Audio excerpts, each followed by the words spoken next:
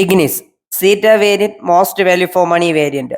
ഫ്രണ്ടിൽ halogen head ലാമ്പും halogen fog ലാമ്പും, പിറകിൽ defogger, rear wiper and wash. ഉള്ളിൽ ടച്ച് സ്ക്രീൻ ഉണ്ടെങ്കിലും റിവേഴ്സ് ക്യാമറ ഇല്ല. മുകളിൽ റൂഫ് റെയിലും സ്പോയിലറും പിന്നെ ആന്റിനയും. സൈഡ് പ്രൊഫൈലിൽ 15 ഇഞ്ച് അലോയ്സ്. സ്റ്റെപ്പിന് അലോയ്സ് അല്ലെങ്കിലും സെയിം പ്രൊഫൈലാണ്. പിന്നെ ഈ ക്ലാഡിങ്ങും. സ്മാർട്ട് കീ വരുന്ന മോഡൽ ഇതായതുകൊണ്ട് മുന്നിലെ 2 ഡോറുകളിലും പാസീവ് എൻട്രി ബട്ടൺ കാണാം.